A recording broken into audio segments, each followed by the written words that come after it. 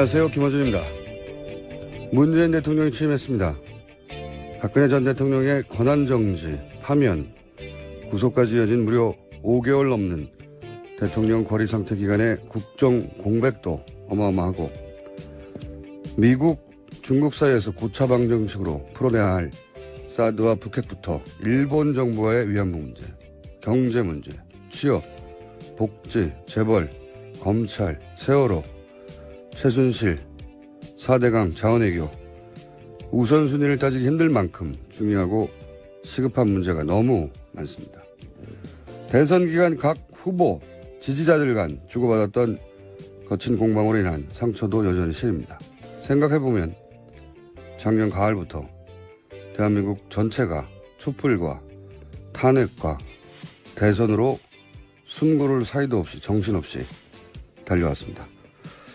해서 이제 이 말을 꼭 하고 싶습니다. 대통령도 국민도 이제 숨 좀 돌리고 합시다. 한 템포만 늦추고 한 발짝만 뒤로 물러서서 한 뼘만 서로에게 관대해지고 조금만 더 크고 조금만 더 길게 보고 숨 좀 돌리고 합시다. 갈 길이 멉니다. 김어준 생각이었습니다.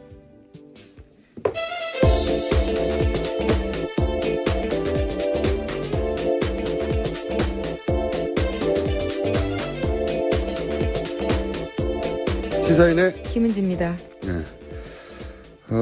어제 문재인 대통령이 굉장히 바빴어요, 보니까. 일정이 많았습니다. 네. 엄청 바쁘더라고요. 네. 우선 이제 취임식도 했고요. 네. 초간단했죠?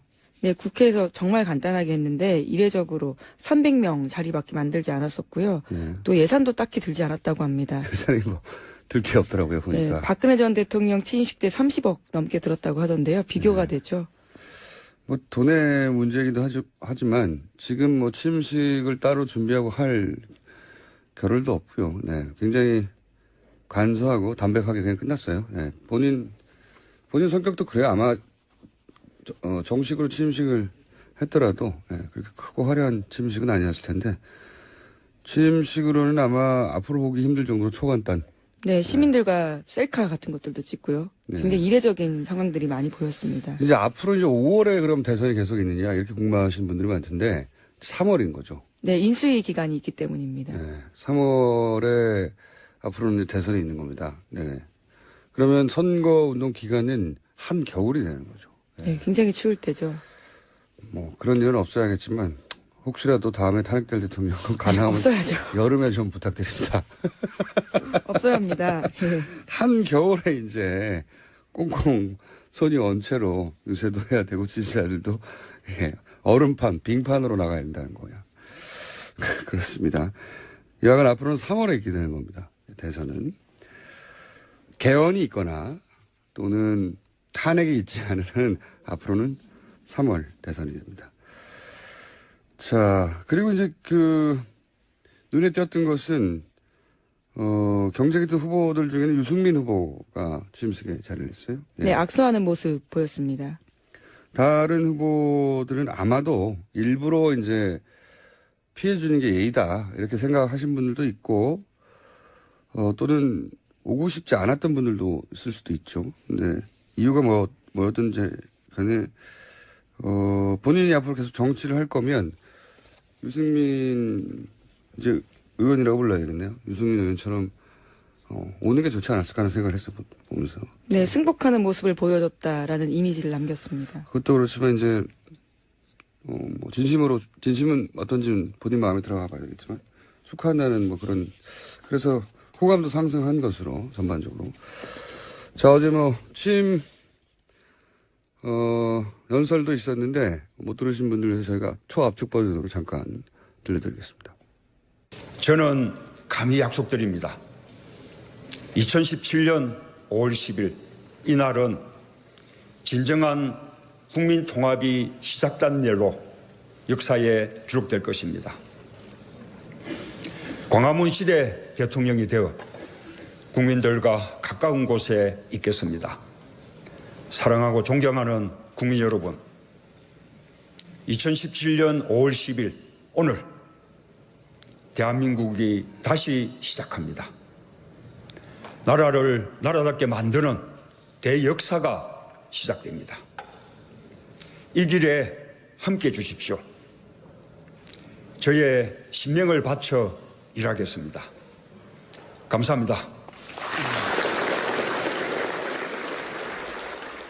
네.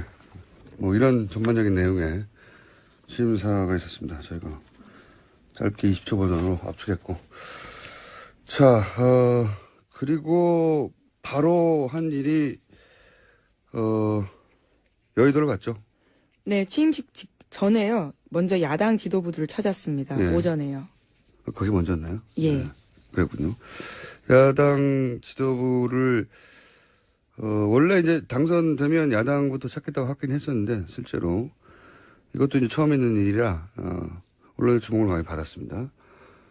자유한국당부터 정의당까지 쭉. 네, 당사를 방문해서. 직접 찾기도 했었고요. 예. 그리고 이제, 뭐랄까, 긴장 관계 속의 말들이 오가기도 했고, 나를 좀 숨기고, 예. 왜냐면 뭐, 이틀 전까지 서로 나를 세우고 싸웠으니까 금방 그게 해결되지 않겠죠. 그래서, 나를 숨기고 서로 약간 모난 대화를 다루기도 했고, 예. 아주 재밌었던 건 정의당 방문했을 때 멘트예요. 예. 정의당을 방문했더니 노회찬 원내대표가 그런 말을 했죠. 우리 당사를 찾은 첫 번째 대통령이에요. 네. 이렇게. 인상 깊었습니다. 예. 그런 멘트도 있어서 간단하게 어떤 얘기 했는지 짚어보겠습니다. 남북관계, 안보 문제, 그리고 또 한미동맹, 뭐 이 부분은 저는 우리 자유한국당에서만 조금 협력해 주신다면 있지 않을까, 뭐 그렇게 기대를 하고요. 그래서 안보에 관한 중요한 정보들은 좀 공유해 나가서 함께 또 지혜도 모으고 그렇게 나가겠습니다. 네, 정우택 원내대표한테 하는 말입니다. 그러니까 이제 지금 남북 관계가 풀기 어려우니까 정보 공유할 테니 같이 좀 도와달라. 여기에 대해서 정우택 원내대표는 이렇게 받았죠. 대통령께서 야당할 때보다 우리가 더 강한 야당이 될 것이다. 네, 맞받은 거죠. 예, 그러니까 좀 도와달라고 했더니 쉽지 않을 것이다. 우리가 더 강한 야당이 될 것이다. 사실은 자유한국당, 그 전에 새누리당이 아니죠. 그 전에 쭉 거슬러 올라가면 한나라당. 한나라당 시절, 또 무슨 신한국당. 신한국당과 한나라당 시절이 야당이었죠. 예, 그때 강한 야당이었어요. 굉장히. 예, 의석수도 많았고, 예, 굉장히 강한 야당이었고, 항상 강한 야당이었습니다. 네, 대여 투쟁들을 했었죠. 예, 굉장히. 이런, 주요 멘트는 이거였고요. 예, 그 다음은 의석수에 따라서 이제 국민의당 방문을 했습니다. 무슨 얘기를 했는지 먼저 들어보시죠. 우리 더불어민주당과 국민의당은 지금 우리가 다른 길을 걷고는 있지만 그냥 뿌리는 같은 정당이기 때문에 이렇게 조금 더 특별한 그 협력을 바라지 않습니다. 오늘 문모입니다. 예, 아주 듣기 좋은 말씀이고 아주 감사드립니다. 예. 네, 박지원 원내대표한테 한 말입니다. 네. 문모닝당. 왜냐면요, 박지원 원내대표가 먼저 모두 발언을 했는데 그때 시작하는 말이 오늘 아침에는 굿모닝으로 하겠다 이렇게 이야기했거든요. 이제 어제까지는 문모닝이었지만 오늘은 굿모닝으로 하겠다.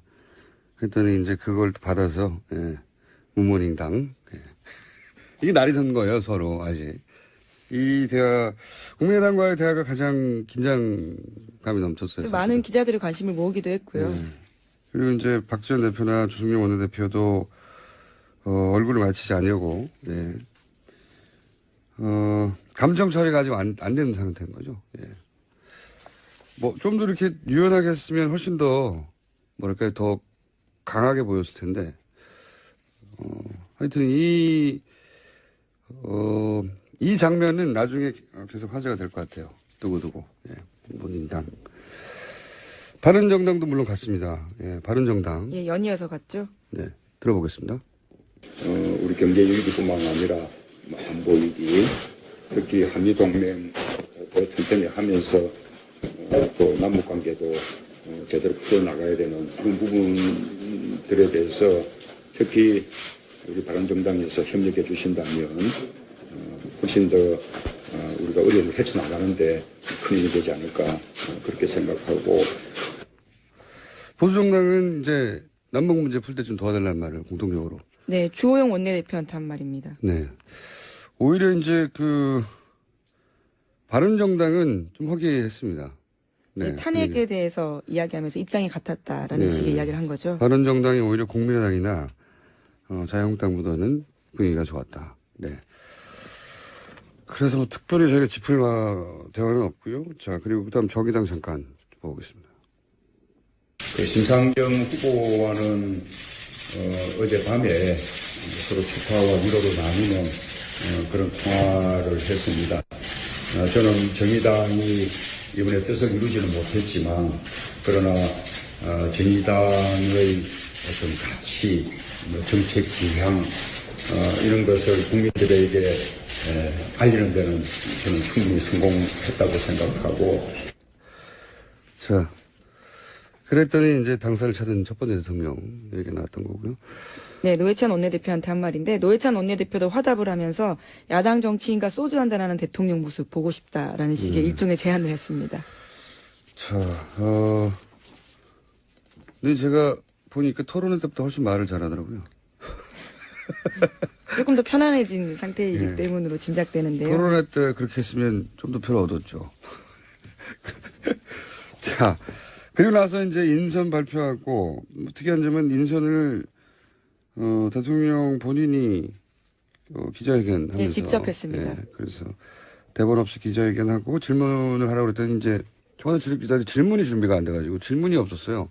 그게 좀 이상했습니다. 보통 첫 인선하고 그러면 다른 나라도 뭐 백악관 이럴 때 엄청난 질문이 쏟아지는데 질문이 안 나와가지고. 아니, 뭐 자세한 내용들은 인선 당사자들한테 하라고 하긴 했었습니다. 대통령은 빠지고요. 물론 제가 네. 말하는 건 그겁니다. 예. 대통령, 그러니까 당사자들이 이제 질문 받겠다고 예, 했는데 그렇죠.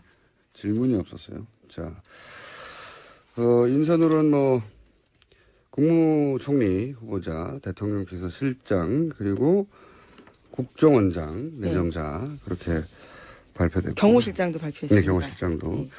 대통령이 임명할 수 있는 자리에는 크게 세 자리가 있어요. 즉각 임명할 수 있는 자리가 있고 비서실장이나 민정수석이나 경호실장. 네, 청와대 네, 스태프들은 그렇습니다. 청문회 거치지 않고 바로 임명할 수 있습니다. 그리고 청문회를 거치는 것도 이제 두 종류가 있어요. 청문회를 거치되 국회 인준이 필요한 자리와 청문회를 거쳤지만 국회 인준은 필요 없는 자리. 이렇게 나뉘어요. 예. 헷갈려지겠지만. 그러니까 조금 더 중요하게 느껴지는 자리 있잖아요. 예를 예, 들어서. 총리와 장관. 예, 이렇게 뭐 나뉘죠. 대법원장, 뭐 국무총리, 대법관, 감사원장, 헌재소장. 여기는 국회가 오케이 해줘야 되는 거고요. 장관이나 국정원장, 뭐 검찰총장, 국세청장, 뭐 경찰청장 등등등 이런 인사청문회를 거치지만 인주는 필요 없는 자리입니다. 그러니까 대통령이 인사청문회를 거친 다음에 본인이 하겠다고 하면 되는 자리. 그게 세 자리가 있습니다. 네. 근데 어제는 이제 그 중에서 국무총리와 그리고 비서실장은 그냥 가면 되는 거고요. 네, 임명 이미 된 거죠. 일을 네. 하고 있습니다. 국무총리는 인준을 거쳐야 되는 거고요. 네네. 네. 국정원장은 인준은 거치지 않고 청문회는 꼭 해야 되는 인사고요. 그중에 어제 가장 화제가 된 건 이제 민정수석 이 정도죠. 네. 네, 직접 발표한 건 아닌데 내정되었다라는 언론 보도가 나왔습니다. 본인도 부인하지 않았으니까. 네, 서울대 조국 교수입니다. 네. 인터넷에서는 이제 이런 말도 많아요. 얼굴 패권주의라고. 네. 적폐라고 막. 예. 그런데 이제 이런 근본적인 고민들 혹은 걱정은 있어요. 그러니까 학자가 업자를 다룰 수 있느냐. 여기서 업자라는 건 검찰은 한 분야의 최고 전문가 집단인데다가 권력 집단이기도 하잖아요. 예. 조직 논리가 굉장히 강하고 그런 전문 업자 그룹을 학자가 다룰 수 있느냐. 검찰 개혁에 대한 국민들 요구가 아주 강하기 때문에 네. 그거 역할을 잘해야 된다라는 바람도 그렇죠. 실려 있는 건데요. 그래서 오히려 검찰 조직 밖에서 이제 사람을 인선한 걸로 보여지는데, 검찰 출신들을 통한 보좌를 제대로 받지 않으면 큰 어려움에 처할 수도 있다. 이것은 이제 검찰 출신들의 이야기입니다. 예. 네, 사정기간 장악해야 되기 때문에 이제까지 그런 논리로서 쭉 검찰 출신들이 해왔었는데 그런 개혁의 방향은 맞지 않았던 이번에는 거죠. 이제 그 조직을 장악한다기보다는 그 조직을 좀 바꿔보겠다고 그렇죠. 아예 내부 인사는 그 일을 못할 테니 오히려 외부 인사를 데려온 것인데 그렇지만 역시 학자가 업사를 다룰 수 있겠느냐. 어쩌면은 이 임무만 하고 조국 교수는 빠질 수도 있죠. 네, 그럴 수도 있을 수 있습니다. 많은 기대와 우려가 동시에 교차하는 자리고 국정원장에 대해서는 말들이 없어요. 굉장히 적임자다 하는 얘기가 많습니다. 네, 이미 국정원 3차장을 지낸 바가 있습니다. 네, 그리고 이제 남북 문제가 굉장히 지금 꼬여 있는데 제가 알기로는 김정일 당시 국방위원장을 가장 많이 만난 남한 사람이에요. 예, 그렇게 알려져 있습니다. 예. 실제 2000년 당시 이제 김대중 전 대통령의 정상회담도 준비했었고, 예. 그리고 3차장도 했었고 해서 이 이상 문재인 인력풀 중에 이 이상의 적임자가 있느냐. 그래서 아무 말이 뒷말이 없는 적합한 인사였다고 평가를 받고. 네, 또 국정원 개혁에 대한 요구도 굉장히 크잖아요. 예, 그러다 보니까요 국정원 개혁 약속하는 후보자에 대한 기대도 큽니다. 예, 그래서 적임은 보통 하마평 여러 갈래로 나오는데 이 국정원장에 대해서는 말들이 없습니다. 잘 됐다고 다들. 그리고 이제 경호 실장은 이제 노무현 전 대통령의 마지막 경호 원이다. 네, 이렇게 봉화마을에까지서 있었죠. 네, 자전거 같이 타고 다니던 네, 유명한 사진입니다. 양반입니다. 네. 그런 인사들이 이제 이루어졌고요. 자, 그리고 다른 당 사정도 잠깐 짚어볼까요? 네. 네, 홍준표 전 후보, 전 지사는요, 어제 자신의 SNS를 통해서 자유대한민국을 위해 할 일이 남아있다. 세상이 다시 부를 때까지 기다리겠다. 이렇게 남겼습니다. 당 안팎에서는 홍 후보가 당권 도전 시사했다라는 해석도 나옵니다. 자유한국당의 홍준표 후보는 사실은 당의 지원을 적극적으로 받지 못했죠. 실제. 개인 기로가 거기까지 간 것이고. 예. 그리고 이제 계보가 없고, 실제 세가 없고, 본인의 계보라고 할 만한 현직 국회의원이 사실상 전무합니다. 그런 대선 후보도 처음이었는데, 사실상 자신의 계보가 전혀 없는 대선 후보로, 2위까지 하긴 했는데, 이제는 이제 대선이 끝났으니까요. 당권을 누가 잡냐 가지고, 큰 계보 간의 격돌이 있을 것이고, 홍준표 후보는 혼자 또다시 이제 당권에 도전해서, 당권을 잡아보겠다. 뭐 이런 구상인 것 같습니다. 네. 예, 우선은 한 달 정도는 미국에 있다 올 거다라고 합니다. 한 달이면 그냥 국내 계셔도 되는데. 예, 당대표 선거가 6월이나 7월 정도에 예상되어 있거든요. 네. 만약에 이제 귀국하면 저희가 인터뷰 한번 추진해서 전혀 다른 각도에서 인터뷰 한번 해보겠습니다. 자, 그리고 안철수 이제는 뭐라고 해야 되나요? 전 의원. 예. 네, 전 의원도 입장을 냈습니다. 네, 어제 국민의당에서 선대위 해단식을 하면서 나온 메시지인데 안철수 전 의원은 당분간 휴식 취하겠다고 하면서도 좌절하지 않겠다라고 말했습니다. 재기 의사 밝힌 겁니다. 네, 삼수를 하겠다는 거죠. 네, 확실하게. 보통 이렇게 이제 대선에서 뭐 2번 정도 치고 나면 과거 김대중 전 대통령의 경우도 그랬고 일단은 정계 은퇴나 한 발 물러서는 포지션을 취했다가 한 최소한 2년, 3년 지나고 나서 복귀하거나 했는데 그럴 의사가 없다. 예, 지금부터 바로 준비에 들어가겠다. 그런 메시지인 것 같습니다. 네. 이제 본인의 의지는 그런데 안철수 전 의원이 문재인의 길을 갈 것인지 문국현의 길을 갈 것인지는 이제 앞으로 본인 하기 나름이겠죠. 갈림길에 서 있는 것 같고요. 만약에 이제 삼수를 한다면 앞으로 많은 기회가 있겠지만 자신이 있는 걸로 가지고 승부하는 게 좋겠다 그런 생각이 들었어요. 저는 이 메시지를 보면서 자신한테 부족하기 때문에 혹은 없는 것을 있는 것처럼 연기하거나 노력해서 커버하는 것으로는 그 전략을 수용해야 되지 않을까. 아주 간단한 예로 목소리도 그냥 본인 목소리를 하는 게 낫다. 저는 그거가 여하간 목소리로 상징되는 그냥 애초에 본인이 가진 것으로 승부하고 그걸 업그레이드하는 게 낫지 않겠나 그런 생각을 이 메시지를 보면서 했고요. 자, 한두 가지 정도 뉴스 더 짚어볼 수 있을 것 같습니다. 네, 어제 세월호에서요. 사람의 뼈로 추정되는 뼈가 2점 나왔습니다. 그렇군요. 세월호에 관련된 대선 막바지에 많은 분들이 잊고 있었는데 세월호 관련 뉴스도 앞으로 계속 저희가 네. 짚어드리기로 하겠고요. 추가 수습 기대하게 되는 상황인 거죠. 네, 아직은 그 뼈가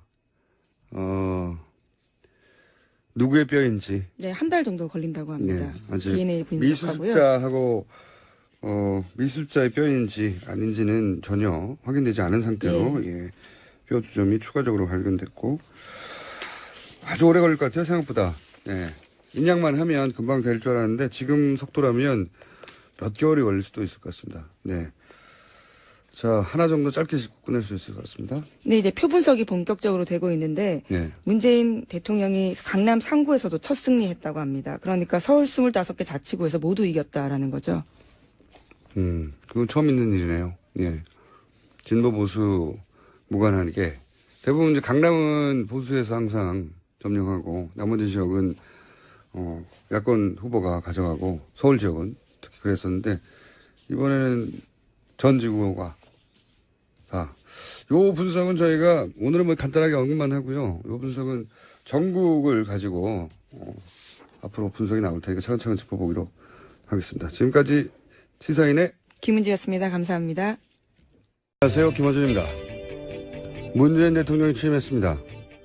박근혜 전 대통령의 권한정지, 파면, 구속까지 이어진 무려 5개월 넘는 대통령 거리 상태 기간의 국정 공백도 어마어마하고 미국, 중국 사이에서 고차방 정식으로 풀어내야 할 사드와 북핵부터 일본 정부와의 위안부 문제, 경제 문제, 취업, 복지, 재벌, 검찰, 세월호, 최순실, 4대강 자원외교 우선순위를 따지기 힘들 만큼 중요하고 시급한 문제가 너무 많습니다. 대선 기간 각 후보, 지지자들 간 주고받았던 거친 공방으로 인한 상처도 여전히 시립니다. 생각해보면 작년 가을부터 대한민국 전체가 촛불과 탄핵과 대선으로 숨고를 사이도 없이 정신없이 달려왔습니다. 해서 이제 이 말을 꼭 하고 싶습니다. 대통령도 국민도 이제 숨 좀 돌리고 합시다.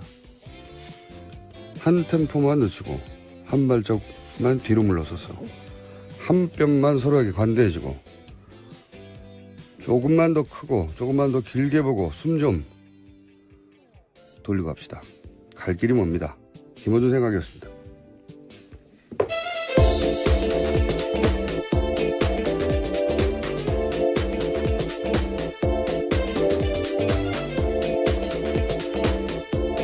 시사인의 김은지입니다. 네. 어제 문재인 대통령이 굉장히 바빴어요, 보니까. 일정이 많았습니다. 네. 엄청 바쁘더라고요. 네.